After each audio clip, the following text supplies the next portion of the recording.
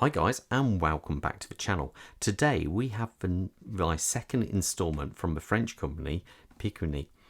I know I'm probably not pronouncing that right, but do bear with me. So anyway, what have we got this time? This time we have their diver. Now this is their first ever dive watch they've ever done. It has been out for quite a few years now, but they've never done any more. This is the only diver they actually do, because normally they do a more smart casual kind of sports watch, but this one is, I say, completely different. This is their only dive watch they do, and it's a real bold statement, I think, personally. So this is the Royal 300, and just look at it. It is a bold piece. It really does, kind of shout out at you, look at me. So let's talk about the sizes of this watch. It's a large watch at 43 millimeters. The thickness is 15.1 millimeters, and the lug to lug is about 51 mil, and the bandwidth is 22 millimeters. Now let's get a bit of a closer look at that dial. So there we go. It is a multi-layered dial, and it is rather funky, I think. I like when you have a dial. To me, it either has to be really simple and clean, or something like this where you've got bits going, you've got a bit more depth to it, and it just makes it a little bit more interesting. Now, as you can see, we have these rather nicely polished hour markers and minute track going around with chapter ring there. Now, the hour markers are full of loom, as to with the hands. The loom isn't the strongest, to be fair, but it is there. Now, as it comes down onto this lower level, we obviously have the name, manufacturer there, but I just think it adds to the depth of the dial. But what then makes it more interesting is, obviously, let's get close on that. We've got the second track there, the sub-seconds at the 3 o'clock position. And it just looks really cool. I like the little wavy pattern in there, which picks up the highlights a bit more. I almost wish, actually, they used this wave pattern on the lower part of the dial, because I think it'd really give it a bit more, make it obvious the depth of the dial. But that's just personal taste. I do like the way they've gone orange and orange at the top there. Caliber Royal and 300 meters. So this is a 300 meter diver. As we come down the bottom here, we have the made in France. The hands are nicely polished, as you can see there. They do pick up the light really well. I mean, it does look really good. But over here, we have something a bit more interesting, and this is the power reserve level. Now, I like the way they've done this. I think power reserves are 50-50 to me. If it's a dress watch, you can almost have a power reserve on the back. But when it's a sports watch like this, especially technically being it is a dive watch, you do want to know how much power is in there. So we do have a real simple, easy to read power reserve there, which doesn't spoil the dial. I feel on quite a few brands, especially Grand Seiko, where they put it right on the front, it just doesn't look right. Full is down, and it's this I quite like. And you'll notice that it says 88, because this watch does actually have 88 hours of power reserve. And that's a colossal amount for any watch to have. 88 hours, really impressive off their in-house movement, which we'll talk about a bit more about in a minute. Now, as we come out from there, you can see this sapphire crystal just blends perfectly into this bezel here. It is really nice. It does have AR coating, albeit I wish they could have gone a bit further maybe with the hour coating. So as you can tell, it does pick up a lot of reflections, but it's a dome crystal, they always tend to. Now, so this bezel. Now, let's go into the action of it first. So here we go. Very nice solid clicks. Let's whiz it around a bit more. Now, it's a 120 click. How much back play do we have? Almost nothing. It is very, very good. Let's just get out to line up right, because it'll bug me otherwise. There we go. It does have a loom pip at the center. Now, the insert here is a little bit strange. Now, a lot of companies will have aluminium. Some companies even have sapphire.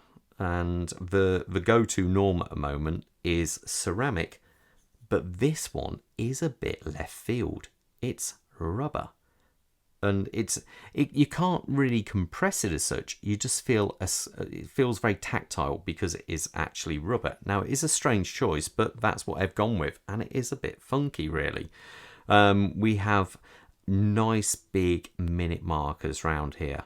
But one of my friends, I must point out, didn't like the font, but I think it's not too bad, and it does have a lot of polish on there. You know, it really does catch the light nicely, and it's almost like a high-end diver. I should point out the price of this watch in Europe is €5,100. I'm not sure about the UK price at a minute, so I'll have to look that one up. But as you can see, the bezel, as we come round, does have this polishing going on there. I should point out this isn't a new watch, so it has been worn. So if there's any little marks, you can see a tiny little mark there. That's just from wear and tear, normal daily use. Now it has this kind of funky side milled out parts on the side of a case, and it is a bit weird. I like the way though it does come from zero to come out and protect the crown.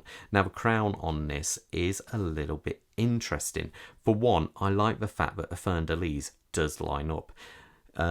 With all brands of watches out there, to try and get a crown to actually line up properly when fully screwed in is really hit or miss, irrespective of price. Price of a brand, this to get a crown which lines up is almost nigh on impossible. So, but what this crown has here, not only is it coloured, but you can see the fleur-de-lis is pointed up. If I turn it just a quarter, ready, boom, it's out. So as you can see, that is a quarter turn. Now, if I press it in, done. That's it. They have this rather cool quarter turn system, and it locks perfectly. It's fully sealed to 300 meters when that has been a quarter turn, and I think that is rather cool. So it's just a nice little feature they do on this watch, and I do quite like that one. Now, I should actually point out that this is available in quite a few different colours, but I'll probably drop a shot of that in there anyway. The actual strap on this one is a leather backed, kind of like a nylon type. It is relatively flexible. But they also do a rubber strap, and that's the one I think I would go to on this. But I do happen to own a Toshi strap, which is black and orange, and it worked out really well on this watch. I must say I quite enjoyed it on this one. That's what I wore it on the whole time I had this in for review. Now, as we turn it round, we have a solid case back. Now, for me, because this watch has an amazing, beautiful movement, what I mean by that, it houses their in-house EPM 01 movement, which is an automatic, and it is a fantastic movement. I put it on the time grapher earlier, and it was around about, I think it was -1 second or 0 to -1 second. So it is a very, very solid movement. Now, I think when you have a movement as beautiful as their movement is, I'd like to show it, but that's just me. Let me put this on my wrist so you can see how it looks. So zoom out here. Today I'm wearing my new to me 103A SA Zin. Bob he's got his U2 on today. Now if I just put this on, let me just see how it looks. Always easy to do this off camera. My wrist size is 7¼ inches, and there you go. It looks really cool, I think. It really does stand out. I think it is quite a cool watch. Is it perfect? I wouldn't go as far as say perfect. As I say, there's a couple of little things I'd like to see them change about it. If I can take it off now. I would like a bracelet option. They still don't do that, but when I spoke to the UK distributor, he did say they are looking into making a bracelet for this watch, because I think a bracelet also helps when you have a thicker watch, because if a bracelet is say 3mm or 4mm, it kind of stops the watch from possibly being top heavy. Other than that, I'd like to see them maybe do a slightly different colour or kind of texture to the bottom of the dial, which I spoke about, to give it more depth, and maybe the loom just to make it a bit stronger. But I'm not kidding, I am being really nitpicky, but That's, I don't want to say any watch is perfect, but this, I must say, is a rather cool, funky diver. If you want something a little bit more interesting than the norm, you can't go far wrong with something like this.